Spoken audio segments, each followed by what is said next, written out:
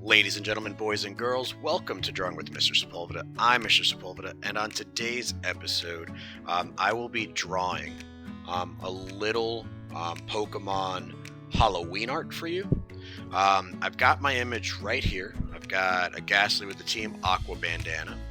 I've got a Haunter with a skull face paint, and then I used the Gengar from Pokemon Go with that costume down here. So this is episode 23. I thought I would try something slightly different here. And I really wanted to try to do some colored lines for a good portion of this line work. And I do apologize if my head or anything kind of gets in the way in advance, because I know I'm going to lean in pretty close for some of these really tight spots. I'm going to start off with the Gengar over here. Trying to make sure that I kind of change between thick and thin lines as I go. So right now I'm using a Photonosuke pen, brush pen. So this one is a Tombow brand marker.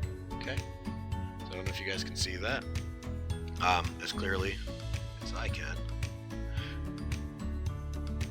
But I think it's going to make the image look a little better, I think. I don't know. I'm almost pretty sure. I have this image in my head for what I want this to look like at the end. And I'm starting off with purple just because most of Ghastly, Haunter, and Gengar are basically all purple.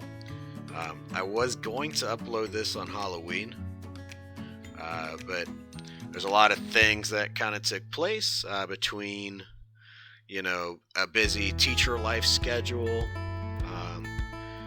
and I'm in my renewal cycles for my teaching license. So have to make sure I earn those credits so I can continue teaching.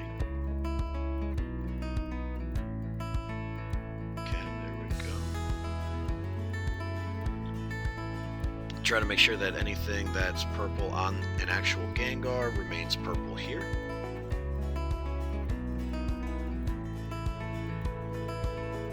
Let's see, put this line right here. It should stop right about there. And then it's going to be covered pretty much everywhere else. So I'm going to move on to Haunter over here, try to figure out what the line's going to look like, how I'm going to hold the pen before I do it, and then I have to obviously commit to it, which can be kind of scary, can be kind of intimidating, because if I work too slow, I feel like the line doesn't pull the way that I want to, and if I pull too fast, sometimes I lose control. So I've got to, in my mind, kind of practice what that's going to look like a few times over.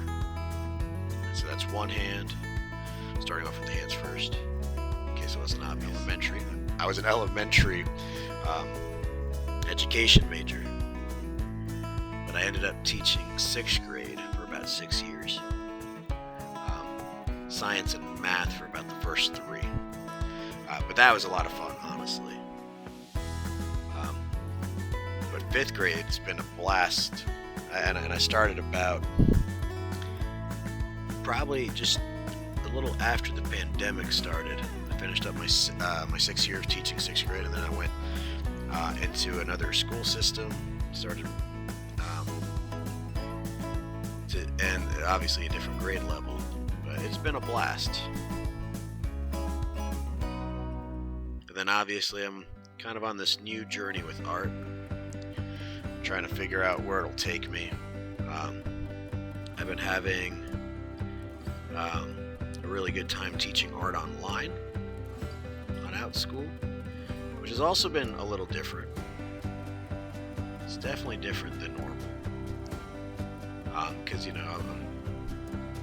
art's not what I went to school to teach, but I've been enjoying it so much. I've been having fun with this passion of mine, and I feel like it's been a great platform to kind of learn a little bit more about myself, if you will. So, yeah. These little floating things out here are part of the gas around the gas lead. I'm not really following all the shapes that I've laid down precisely, because I feel like it would lose its like organic shape if I did.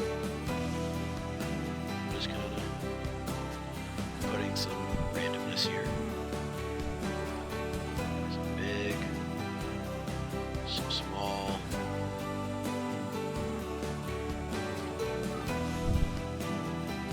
Some that are stretched out. Some that are squished together. I think overall, it'll kind of give the effect that I really want it to have. I thought for this 23rd episode, I might not really use a time lapse. I'm thinking I might just show you the full process the whole way through. So hoping it's not like a million-hour video that'll never load. But we'll see just how long it takes. It usually takes me, I feel like, if I had to estimate, about 40 minutes or so for just the coloring.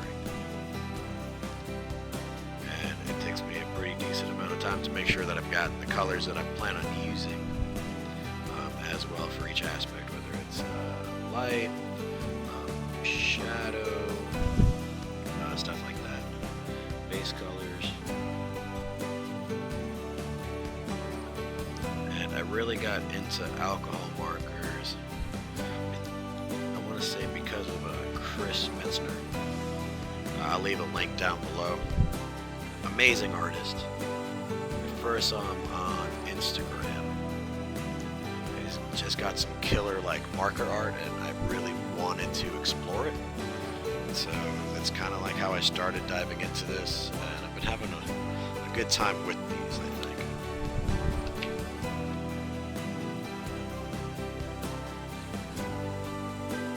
Alright, so I try to avoid doing a time lapse, but after seeing the finished product, the video turned out to be about an hour and a half or so. So in little parts of this video, you guys will see some time lapses. So hope you guys enjoy this line work, and I'll talk to you guys momentarily.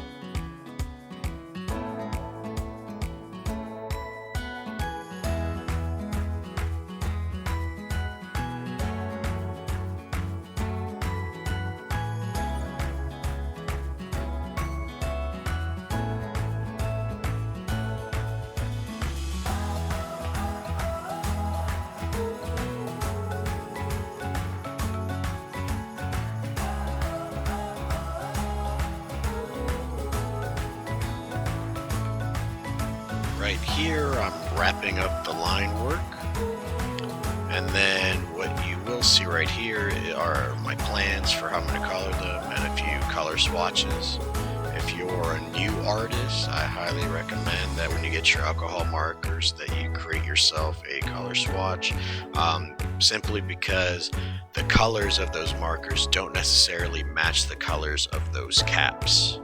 Okay, so I'm going to start off by coloring in Gengar's costume first, and then make my way to the rest of Gengar's body.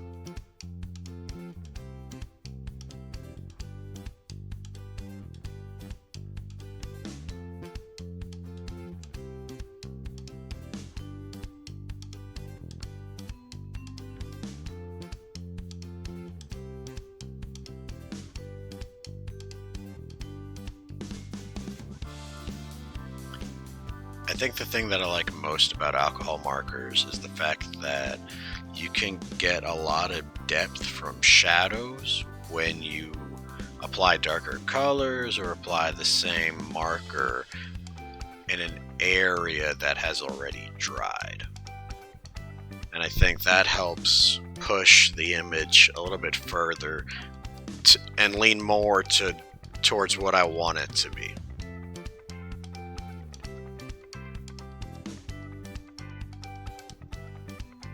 Next up is Haunter. I decided that I was going to start off with that face paint, like that skull.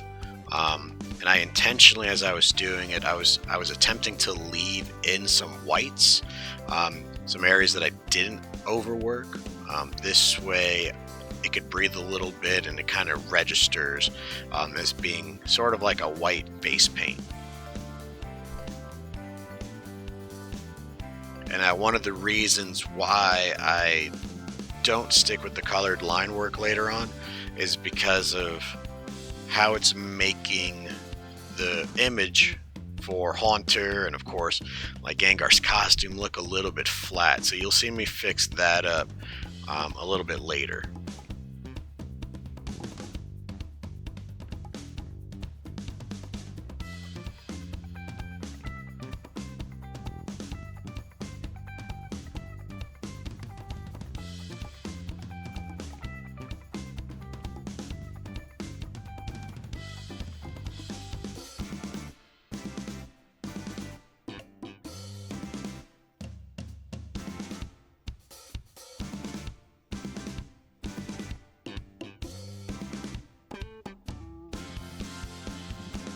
Definitely enjoy coloring in that blue bandana that Ghastly's wearing, along with doing the gas that floats around him.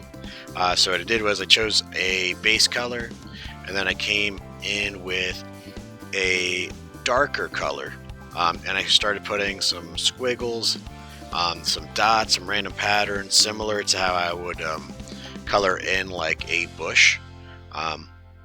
And I think it helped that gas kind of pop out a little bit more. When I went into Ghastly's face, I kind of used a few different tones, and I was trying to be really purposeful with the direction of my stroke, so that when it dried, it kind of appeared as though his eyes were glowing a little bit. And so because it's a little bit more of a light source, it kind of pushes back some of the colors, which I thought was really awesome. And so right now you guys can see that I'm going back in with black line work, and almost immediately you guys can kind of tell the difference that Now it no longer looks flat. Like those zippers for Gengar's costume no longer look flat. They're actually popping out. And so I think going the colored line art route seemed like such a good idea. But then I think ultimately when I went back to the black line art, it came out even better. As you can tell, I finished the image in post. All I did honestly was just add a few white lines and apply extra color where it was needed. Ladies and gentlemen, boys and girls, I hope you really enjoyed this episode. If you did, please leave me a like, and if you haven't yet, please subscribe, and I will see you all in the next video. Goodbye.